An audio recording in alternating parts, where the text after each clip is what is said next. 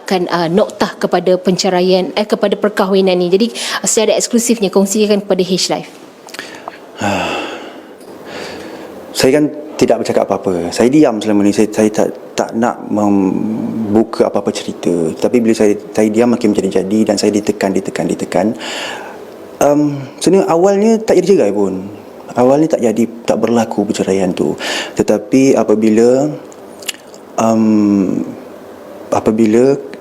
bila saya tidak menceraikan, dia ingin menuntut harta 50-50 dan sain 5 juta. Dan sekiranya saya tidak menceraikan dia disuruh untuk minta fasah. Tuntut harta dulu, dah dapat harta, baru kahwin balik. Jadi saya jam lah. Saya sayangkan rumah tangga tu. Sebab tu saya tak jadi cerai pada awalnya. Tapi bila jadi macam tu, saya rasa jangan ambil kesempatan lah. Jangan ambil kesempatan. Sebab saya tahu saya belajar tak tinggi, saya tahu. Tapi saya bekerja keras untuk family, untuk bagi keselesaan kepada anak-anak, kepada dia, untuk cuba tunaikan apa saja permintaan dia. Saya tahu dia belajar penat. Saya tahu dia memang seorang doktor. Saya sangat-sangat faham. Saya berusaha untuk membina, bukakan satu klinik gigi untuk dia. Sebab mungkin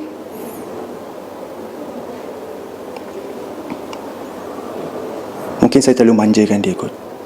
Terlalu manjakan dia. Sebab dan sebab tu juga mungkin banyak pelanggaran yang dibuat lah untuk daripada persetujuan mahkamah tu.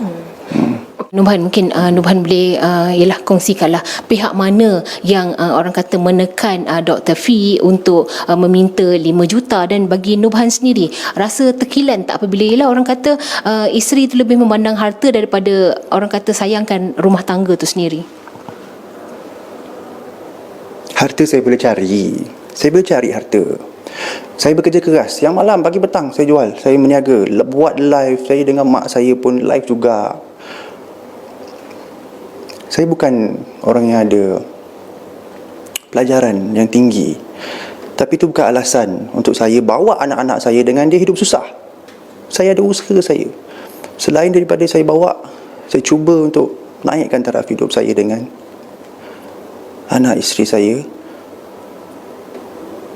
Saya juga cuba menjadi anak yang baik juga.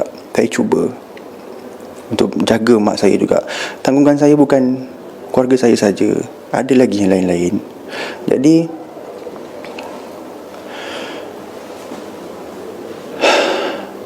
kalaulah saya punya usaha saya tu tidak cukup, kalaulah apa yang saya bagi selama ni tidak mampu untuk memuaskan dia,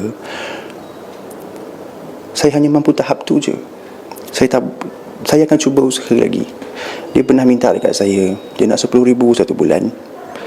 Saya cubalah kok mana pun dapatkan dia 10,000 satu bulan untuk perbelanjaan. Tak kisahlah, daripada klinik ke, daripada pemberian saya ke, saya cuba dapatkan. Saya dah cuba yang terbaik. Tapi kalau jodoh saya dah sampai ke situ saja, saya pun terpaksa aku dah redha lah.